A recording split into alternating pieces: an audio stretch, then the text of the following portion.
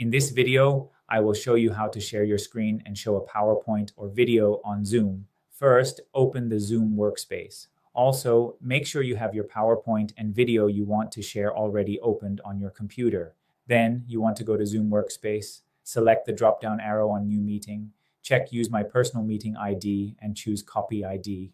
Next, click on Share Screen and paste your ID here, then click on Share Screen.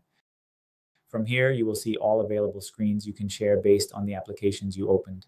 Here I have a few, including the video I want to share, and also the PowerPoint slide plus YouTube.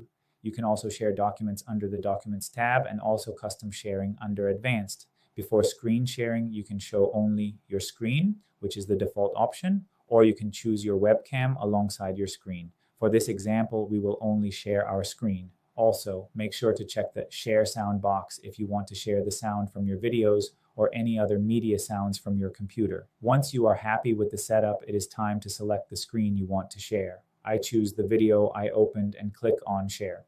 The video will be shared. I go to the video and click play, and it will have sound as well. If you want to switch to a PowerPoint, just select the Share option up top, then choose your PowerPoint slide and click on Share. The screen will now show your PowerPoint.